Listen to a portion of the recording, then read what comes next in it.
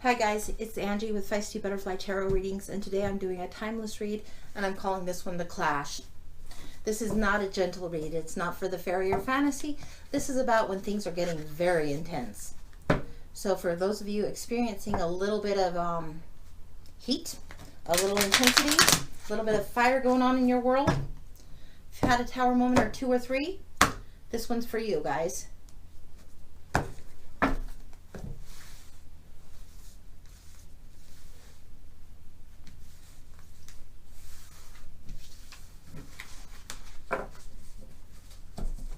Okay.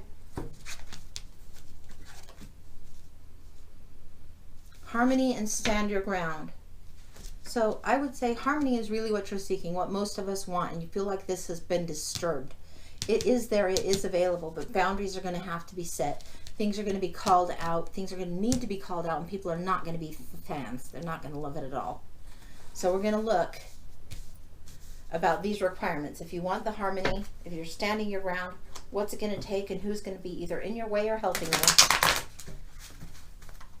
The Clash. Stand your ground. Who? Okay. Stand your ground. In this reading you're seeing the Ten of Wands. You have so much to do and it feels so heavy that you almost can't carry it. You have friends around you who want to celebrate, who want to party, who want to play. They're excited for your success.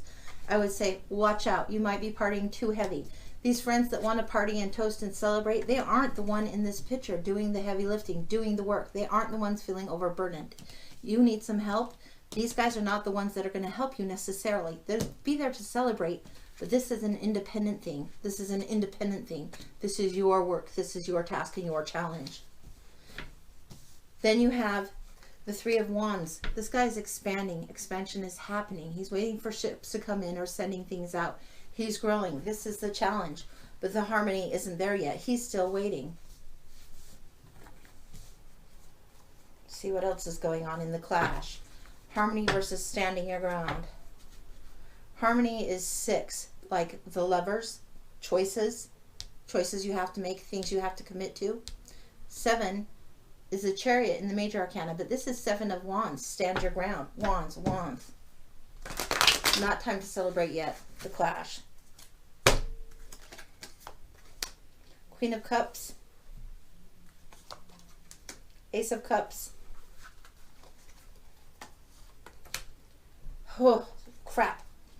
Okay. Queen of Cups, Ace of Cups. And again, the Ten of Wands. You are still on your own, very much trying to figure shit out. You're getting closer towards harmony and a loving choice and a celebration. You have the Queen of Cups here. She is somebody that is nurturing, emotional, soulful. Takes time to reflect on things. Really is thinking, pondering, spending time figuring out what her emotions mean.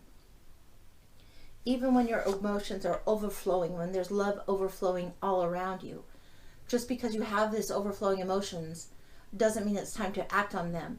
So if your emotions are all over the map, take time to calm down like the Queen of Cups and figure out how those emotions can serve you best. How do you let the emotions going all around you be something that you can use, that you can move forward with, so that this emotional overflow can actually be a gift to you? How do you use those emotions then to move forward and carry that heavy load that you're carrying on your own right now? How do you do that? Okay, the Clash. Now we're gonna really get intense. This deck here is way intense, color-wise, picture-wise, super intense. So we're gonna see what is some of this intensity about and what can we do to solve it. So after you're standing your ground, how do you get to the harmony place where you can make some choices, commit to new things, and then have the ability to celebrate? How do we do that? That's it.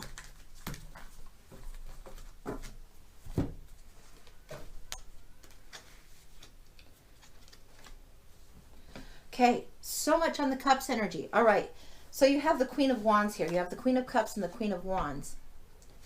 You need to balance out both of these energies. So you have fire and water, and you have all of this fire, this passion, this energy to move forward. You definitely need the time to reflect, because the Queen of Wands is one that is so fiery by nature. She's magnetic. She is one that everybody is drawn to. The air will crackle when she enters the room. This could be your personality. It could be that you're so much of a force, people don't know what to do. You might be too bold for Las Vegas. Some people are told that. I won't name names, but somebody has been told that before. So if you have all this boldness about you, this drive, this ambition, this desire to move forward, stand your ground, but don't put demands on others to live up to your expectation of doing. Let them be them. Contemplate.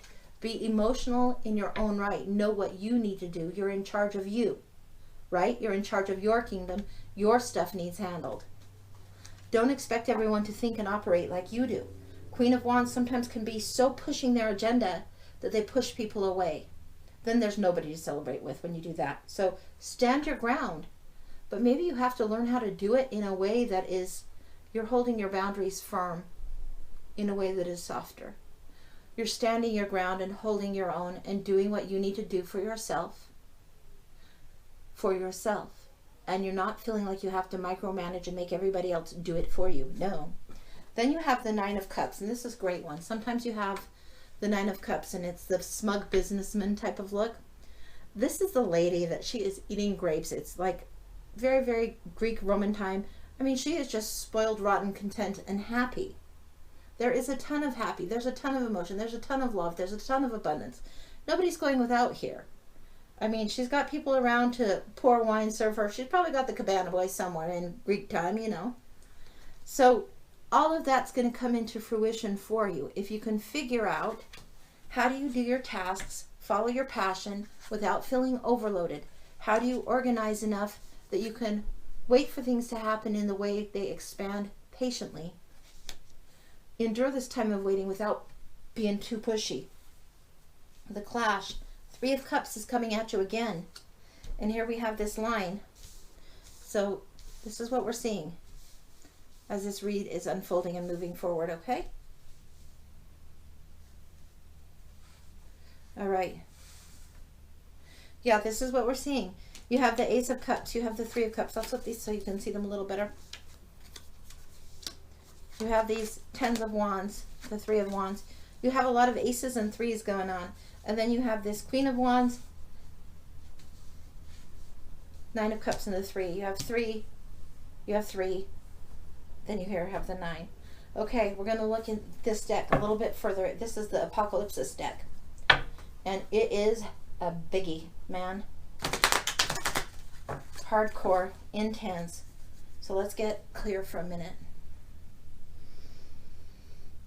If your goal is harmony, but you feel like you're constantly having to stand your ground, what is the advice that you need so the intensity of the clash can work to your advantage? What is the advice that you need for this clash, this battle within yourself? What is the advice you need for your own spiritual clash so you can come to a place of harmony? The advice you need.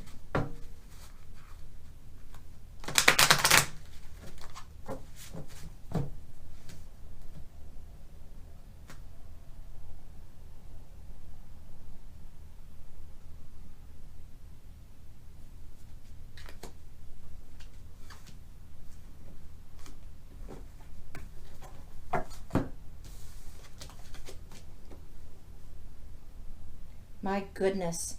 Okay, you have the Queen and King of Swords here. This is your third Queen.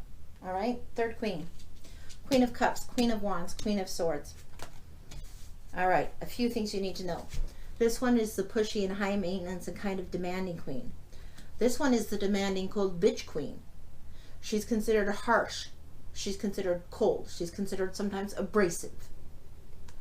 But really, she isn't that. She just is strategic, logical. She has good reasons. There's a method to her madness. The reasons make sense. But she presents so harshly sometimes that it overloads people and alienates people. But she's got it going on. She's got the sword of truth right beside her. She's also got a spindle, like a spinning wheel, right beside her. She knows how to spin things into what they need to be to make them useful and valuable. She's clear in her knowing. She's clear in her intuition.